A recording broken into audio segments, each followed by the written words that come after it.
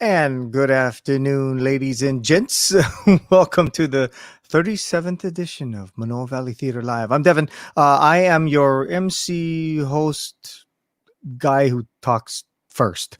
Right now, I'd like to bring on the guy who talks second, but he's much more important to me and to all of us. That'd be Mr. Kip Wilborn. He's the executive director for Manoa Valley Theater. Yay! You know, Devin, you're important to all of us, too. Thank you. I appreciate it. I thought you were just going to let that one go and go. Well, anyway. It's softball up there, you know. Of course I'm going to pick it up. It's good to see you, sir. So what's the scoops? What's been going on? Well, it's been busy. It's been crowded at the theater this week. We brought back the staff, and so it's, you know, more than just Sarah and myself. So it's been good. Lots of fun. Mm-hmm. Yeah, it's nice having human beings around for a change. We want to welcome Marla Music. She is our new director of development, and she's doing a great job. And Garrett Takeda and Todd Sato as digital production assistants. So, cool. It's a good thing. And we're diving into that digital stuff, digital content. We are still looking for, however, a tech director. So, come on, theater community, help me out here. We need a tech director. All right. So let us know. Call us at the office, 808-988-6131. Okay. Okay. While you're there, you can donate, just like like this. All right. We've got some good things coming up. On the 11th, we open A Christmas Carol, a live radio play. And yes, that was actually our set. And there's the poster. But it's December 11th through the 13th. And we're really excited about that. Fantastic cast. And Alex Monroe is directing. And so we just can't wait. And if you don't have a ticket, you can't get a ticket. However, on December 20th at 4:00 p.m., we will be broadcasting on HPR. So check it out then. It is a radio show, so that's exactly what it's made for. And I think you'll have a lot of fun with that. On the 18th and 19th, the weekend after Christmas Carol, Hulaville is going to be doing their holiday concert in our house. So we're so excited about that. We're just so excited about having people in the house. Oh, my gosh. Yeah, for sure. Right. I know. It's going to be nice.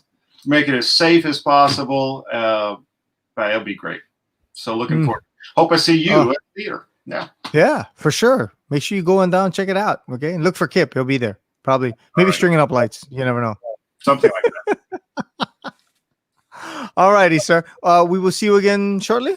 Yeah. Okay. Good one. Sounds good. Ladies and gentlemen, Mr. Kip Wilborn. Oh, there he is again. Oh, okay. So we are going to charge along into our show here on this Aloha Friday. The first person I will introduce is a familiar face to anyone who has danced on stage in Hawaii.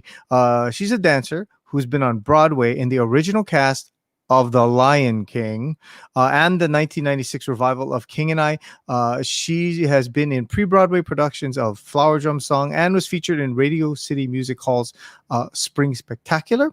She's garnered 7 Po'okela Awards for her choreography at DHT and MVT. She's also been teaching Pilates for 17 years. And we welcome, ladies and gentlemen, to the MVT Live, Miss Christine Yasunaga. Yay!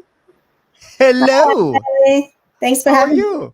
Oh, of course. Yeah. Okay, so I so want to jump into the Lion King thing and all that, but I can't. I gotta hold back. All right. Do whatever you want.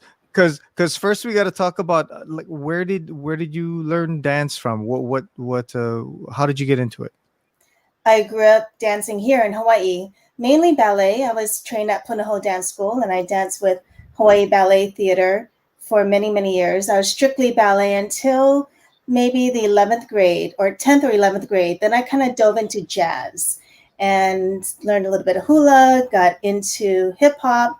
Oh, that's me and Flower Drum Song. No. Then I was very lucky to go to UCLA as a dance major. And that's where I became trained in modern. And being in the LA scene, I was doing everything commercial there. So I just loved dancing, and I didn't think I was going to do it for a career. Definitely didn't think I would go into musical theater because that was not my thing at all. Yeah. Wow, really? Yeah. You totally never know it from all of the stuff that you've done, right? I never did. I was never interested in musical theater until I moved to New York. Yeah. So what made that crossover from being a dancer to being a choreographer? Oh, to be a choreographer. Well, I retired from dancing and I moved here to Hawaii. It took John Rampage about 4 or 5 years of asking me to give choreography a try for me to finally say, all right, let's do it. And I've been doing it ever since. It wasn't really something I aspired to do, but I just love it. And it's just been second nature to me. And I'm lucky because I've been able to choreograph a lot of stuff. Well, what's been one of the most rewarding things about doing choreography for you? Seeing the dancers get it. Because I'm very hard. I don't what they call dummy down choreography. I make it extra hard, knowing that people have the ability to go that extra mile, to actually do it. So to see them from the first rehearsal where they're maybe struggling, not sure, not very confident, to being on stage and working it, it's the best feeling ever. I just makes me cheer and makes me proud. Okay, so they're showing all these pictures from Lion King because they're trying to tell me, Devin, make sure you ask her about Lion King. So I'm gonna back up and we're gonna talk about Lion King. So talk to us a little bit about that experience for you. Like how did you go to auditions? How does that happen? So I moved to New York January of 1996. I was very lucky to book my first job the following month, which was February. I booked Radio City Music Hall's Spring Spectacular. Now in that show, anyone who is a Broadway performer and they're not working on a show at that time, they do Radio City. That's how it just works. It's a great job, pays a lot of money. And that's where I got to meet all these Broadway veterans who are saying, why do you want to do concert dance? Which is the reason why I moved to New York. They said, you need to do Broadway. You need to be in a musical. And I just had no clue what to do. So this wonderful lady named Amy Duncan Gibbs took me under her wing, said, call my voice teacher, take some voice lessons. Let me see your resume, changed it all up, worked it, and said, now just go out and audition. And I did. And, soon after that, in September, I booked The King and I. And that's when I just started auditioning for everything. And when The Lion King the post came up for the auditions, reading the breakdown and realizing, oh, Garth Vega's the choreographer. I know who that is. He's from the modern dance world. That's what I do. I decided to go to the open call with 400 other women that day. So I would go to the open call from 9 to 5 and then go to the theater and perform King and I that night. I mean, it was exhausting, but I was young. So oh my gosh, seriously? Yeah. And then and how many? Oh, yeah, I'm sorry, go ahead. I had multiple callbacks, over several months' time. I think I can't even remember if it was like a maybe 4 or 5 month audition period, because they went around the entire country holding auditions, and they had a lot of private auditions with dance companies. So it was multiple callbacks, and you just never know what they're looking for. And then I was seeing other dancers in the room who I had admired, seeing them perform with these various dance companies that I aspired to be in audition with me, thinking, oh my gosh, what's happening here? What am I doing here? How am I amongst all these divas, right? Right. The Asian in you kicked in and you went, wait a second. Right.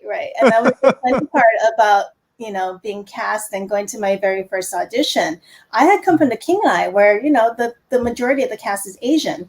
I walk into the first day of rehearsal for The Lion King going, I don't really look like everybody else here.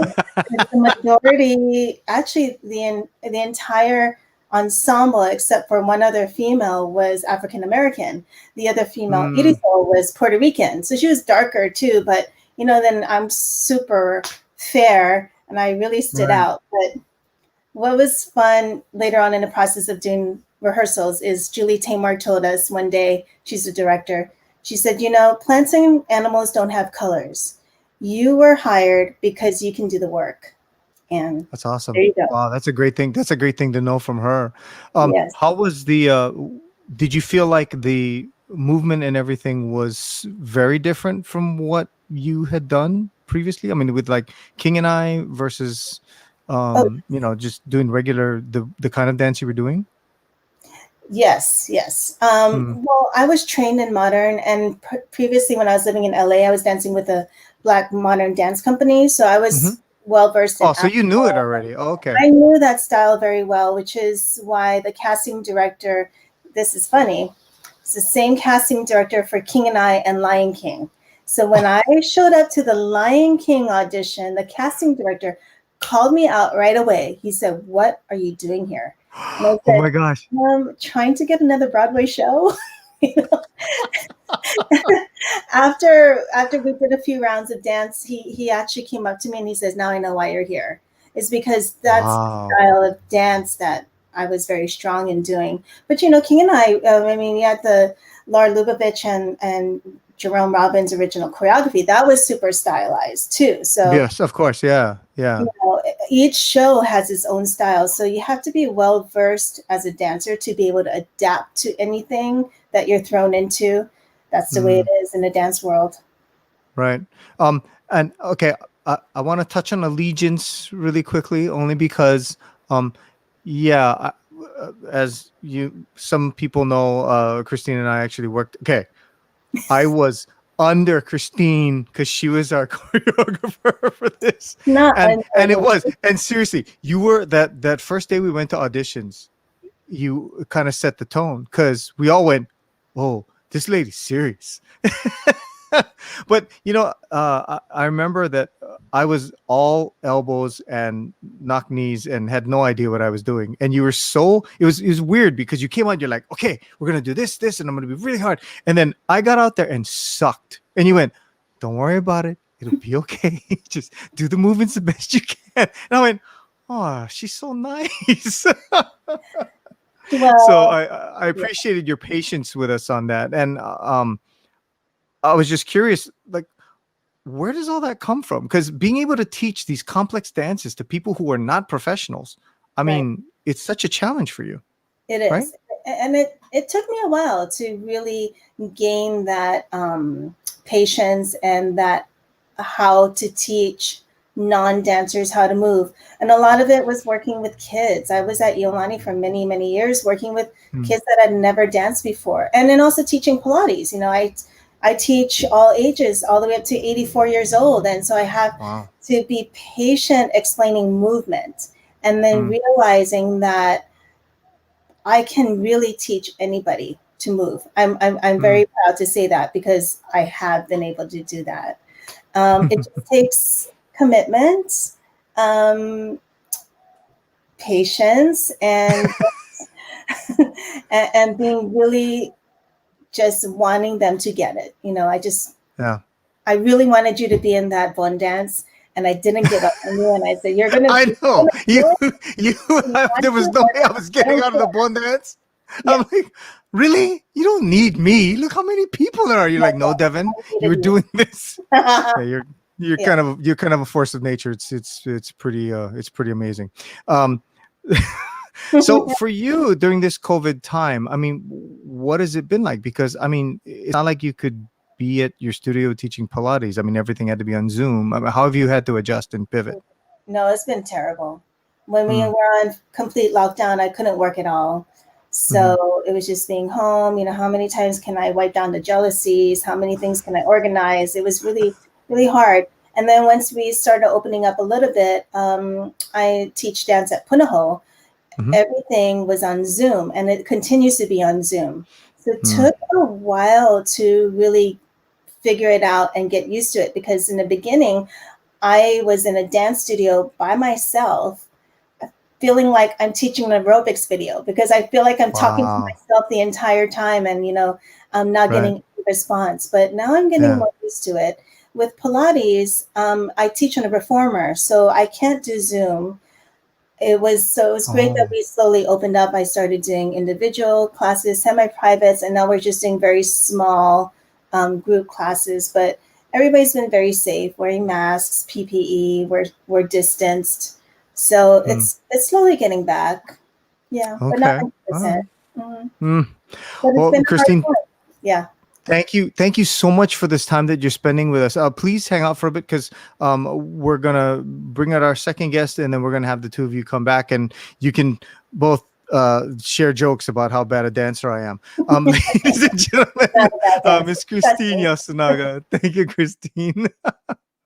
Alrighty, our next guest is a well-known dancer and choreographer. Also, it is the dance show, except the part about me being in this. She's been a guest choreographer for countless community theater musicals at MVT, HPU, Army Community Theater, UH Manoa, and BYU. For her choreography work, she has won first and second places in the United States Performing Arts Competition and the Spotlight Dance Competition. She is also the recipient of 8 Po'okela Awards. So we got Po'okelas galore with these two. Ladies and gentlemen, please welcome to the show, Miss Kat Jones. Hello, Miss Kat. Oh, I think we have you on mute. Yeah, there we go. Of course you do. Yeah, no, you. Yeah. Although most of the time with you, I don't need to worry about mute because you're good. So that's how we're gonna start this interview. I see. Mm-hmm. No. Wait. Back up. Hold on. Remember, we do shows together, so I know. Don't be sassy with me. Yes, you can take the local girl and put her on Manoa Valley Theater Live, but you cannot take too much out of the local girl. So, speaking of which, Kat, tell us a little bit about your background, please. Let everybody know. My goodness. So I actually did not start off as a dancer. I started off as an actor in not even on stage. I started off as a regular character on the Checkers and Polo show. So I'm really dating myself. Yeah, really, really dating myself. So the last 2 years that the show was on the air, from 1979 to 1981. So now everyone's doing the math, how old I am. Yes. I entered a poster contest. I was 4 years old, and they had me on the show because I had to accept my prize, and they thought it was so cute and precocious. I'm still cute and precocious. Oh, look, there you are. Right? Yeah. That they actually cast me as a regular character on the show. So I was on every episode after school. So those of you who are local know the show. Those of you who are not local, Checkers and Pogo Show was an after-school program on KGMB that ran Monday through Friday. So I was on with Pogo Pogue every day, Monday through Friday, from the ages of 4 to 6 years old. That's how I got my start, was actually in television. And then, I was on another after-school program when I was 14 with Channel 11 that was called Saturday AM. So from there, I made the leap into musical theater when I was in middle school and high school. So my start was actually in theater and television. And I started dancing really late in life. I started off actually when I was 4 years old in hula, like all kids do in the 80s in Hawaii. And, every Saturday morning going to hula lessons down the street from my house, right, in the auntie's garage. And I didn't actually start taking dance lessons until I was in middle school, and I went to private school, and I went to Iolani school, and I was able to start taking dance lessons as part of my classes, and that's when I was really sort of introduced to dance. So I was much older, unlike a lot of kids who start when they're very young. And I didn't have a lot of money, even though I went to private school. I was a full scholarship student, single parent household, 5 kids. And I showed some propensity for dance, so I got really lucky. My mom was an awesome mom. She quite literally cleaned a dance studio. I mean, it's one of these kind of stories. This is the kind of background I come from, sort of like a made-for-TV story. My mom cleaned a dance so that I could get free lessons. Started taking a lot of dance classes. And again, but starting that late in life, it was a struggle. I got attention from, my teachers, started adding more dance classes, but I didn't start tap dancing until I was 16 years old, which again is considered very late. And so, I always tell people I was never a great dancer, always a very creative kid, but not a great dancer. So even though there was a part of me that wanted to have this career, like most kids do, you want to have a career in dance, you want to have a career in theater, I was also very practical, still a very practical person. I thought, I'm not going to have this great career in dance. I'm 5'4", don't really think I want to starve myself for the rest of my life, but I like to make up stuff. So I started in high school doing choreography and dabbling in that, and my dance studio started being allowed to experiment and started to show talent in that, and that led to me actually getting paid gigs. So I got my first paid gig doing choreography at the age of 17. So I was fairly young when I started doing choreography, and I mean the rest is kind of history. I did a lot of musical theater here in Hawaii, starting at the age of 20 in community theater. And then Manoa Valley Theater is really the first theater to take a chance on me as a choreographer. I was a studio dance teacher starting at the age of 23, 24, and I was choreographing, ballets for several hundreds of students. But it was really Manoa Valley Theater that hired me, and I've worked out of the last 17 seasons of Manoa Valley Theater, I've worked all of them, choreographing at least between 1 and 3 shows every season. I've only missed 1 season. And that season was when I was pregnant with my oldest son, and not because I was pregnant, it's because I was choreographing shows elsewhere. So yeah, that's another long and short of it. Holy smokes. That's a lot going on. So, Yeah. I mean, as far as your choreography, like your ideas, where do they come from? Do they come from the script and the music? Do they come from stuff that you see around you? Is it just a little bit of everything?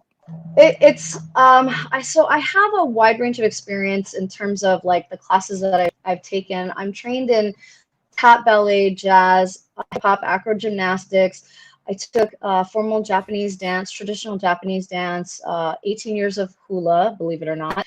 And then depending on what I'm hired to do by the theater, I will go out and also take classes appropriate for what's necessary for the script and do research. So, you know, growing up in Hawaii, for example, I had to choreograph Once Upon One Time, which hopefully I'll get to do it again in the next season. So I grew up doing Tininkling, for example, which I know people look at me and go, you know how to do? Yes, I do know how to do that. So that was something I didn't even need to get training, and I already knew how to do it. So I choreographed the Tininkling dance for that show when we did it some 11 or 12 years ago. So yeah, and again, I like the storytelling element of musical theater. So it was sort of a no-brainer. Even when I was a studio teacher and a studio choreographer, was always including elements of storytelling. So it's amazing to me to watch these shows like So You Think You Can Dance, where they're doing storytelling elements, because I was doing that before. That's how I always approach dances, with storytelling elements. So for musical theater, it's a no-brainer for me. Oh, interesting. And the other thing I was talking, I think you probably heard a little bit about how scary Christine was, and I noticed it's funny that in the two MVT shows where I had to kind of dance, I got the two strongest women I've ever worked with in terms of choreographers. Like, y'all don't take prisoners, man. Y'all are like, no, we're not doing that. We're doing this. So I heard what Christine said. You know, Christine and I have known each other for a long time, yes. and I feel the same way that she does. You know, I get teased so much by my cast about, oh no, it's Cass, she's so hard. And my attitude is very much the same way. I think that people don't ever give themselves enough credit. They're always, and it's funny because the show that I did with you, I don't know if you remember this, right? Because we did Princess and the Iso Peanut together. And do you remember that high school group that came and they watched the dress rehearsal, and then they were interviewing you guys after, and they asked you guys, I was packing up my stuff, and they asked you guys, so what's the hardest part about this process? And Steph Sanchez said, oh, hands down, it's the choreography, it's the dancing that's the hardest. You remember that? And I was like, how come there's no love for me? I don't understand this. I'm so good, you guys.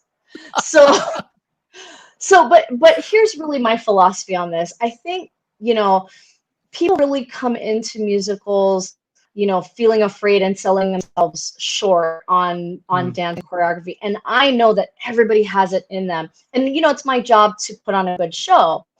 And I think that when you have people sort of stand on the side and, you know, they don't feel great about that. And yes, it's a whole process through rehearsals to get from point A to point B. But 100% of the time, you know, I've been doing this a long time in my life.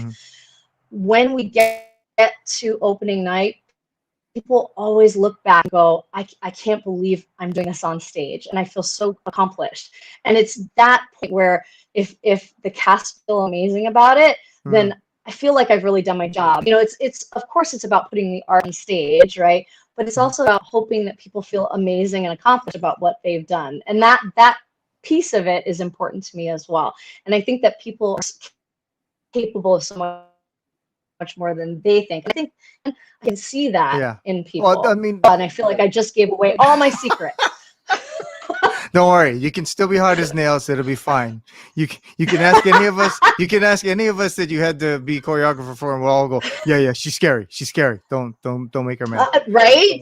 Okay, thanks. but I have to say, I mean, you and Christine probably, you know, pushed us farther in terms of what we had to do on stage. But I think your vision for it and how you put it together, and you're right. I mean, the two of you are kind of almost like the same person in terms of how you know what I mean, like how much you expect out of us and how much you drive us. But at the same time, you know, it was fun to laugh with you guys and know that you guys had fun with it. That it was a, you know, it was a collaborative effort between trying to make sure we looked good, and that, you know, the whole idea was to make us look good, while at the same time making sure that we did the steps correctly. Because sometimes, well, and I feel so blessed because, you know, my job as a choreographer is really just to put it together and come up with the ideas, but really it's the costume designers, the lighting designers, all of the cast members. You guys make the magic happen. That's not me. I think of the ideas, but it's everybody else who really makes that magic happen on stage, and makes it beautiful and amazing. That's really the end product, right? And that's the important piece. So, you know, it really is, like you said, a collaboration. And, you know, you guys said earlier, I hope that people out there are listening and they buy tickets to come to Manoa Valley, because it's really, there's so many pieces that go into that end product, so to speak. Yeah. I'm just one little piece of it, but you guys make all of it come together. Well, okay, I'm gonna ask Christine this when we bring her back, but I wanted to ask you first before we close. Is there a dream show that you want to do? Is there a dream show that you want to choreograph? Oh my goodness.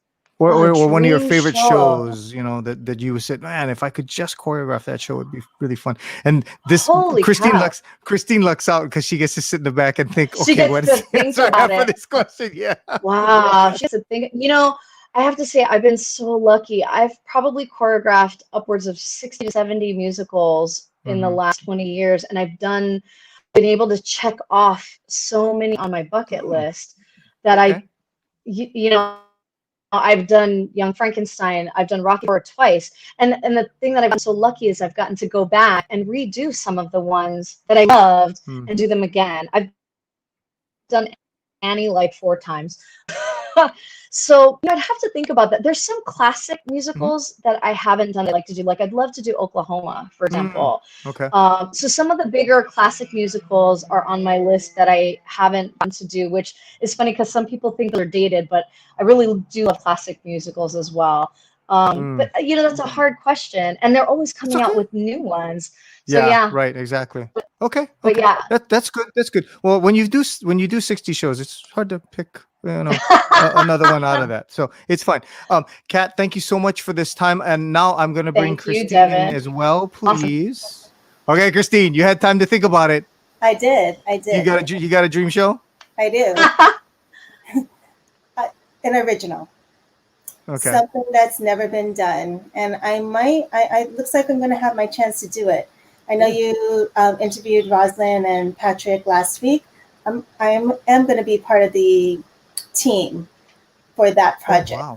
Yeah, I'll be the associate choreographer. So anything that's not hula, it'll be me. And Patrick and I are very excited about mixing contemporary modern dance with his traditional hula. So how exciting. that's awesome. You know, something an original show that I create. That's been my dream. So I hope that it happens. Yeah. Awesome. Okay. Ladies, thank you so much again. Thank you on behalf of everyone who's watching the show. Thank you on behalf of me for your infinite patience while I learned the choreography. I was like, when they said, we're going to have Kat and Christine on, I'm like, oh my God, this may not go well for me because I had both of them as my choreographers. So thank you for being gentle with me. I appreciate it. I'd like to bring Kip back on if that's okay, so we can do a quick wrap up here. Kip, please, I'm going to duck out of the way so that you can thank these 2 lovely ladies. All good. You know, Christine and Kat will rehearse you on your choreography, and you and I will go woodshed the music. How about that? Sounds like lead to me. That sounds awesome. Ladies, anything in closing you wanted to say, Kat?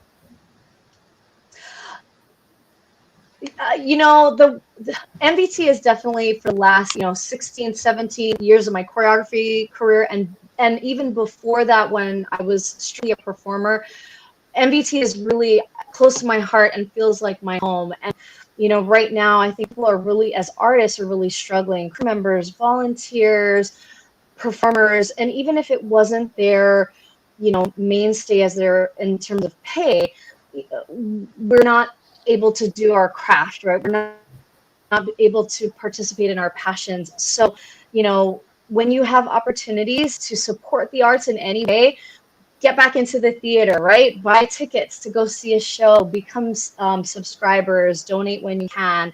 MVT puts on awesome shows. I feel very blessed to have been able to work with all these fantastic people, volunteers and professionals and actors.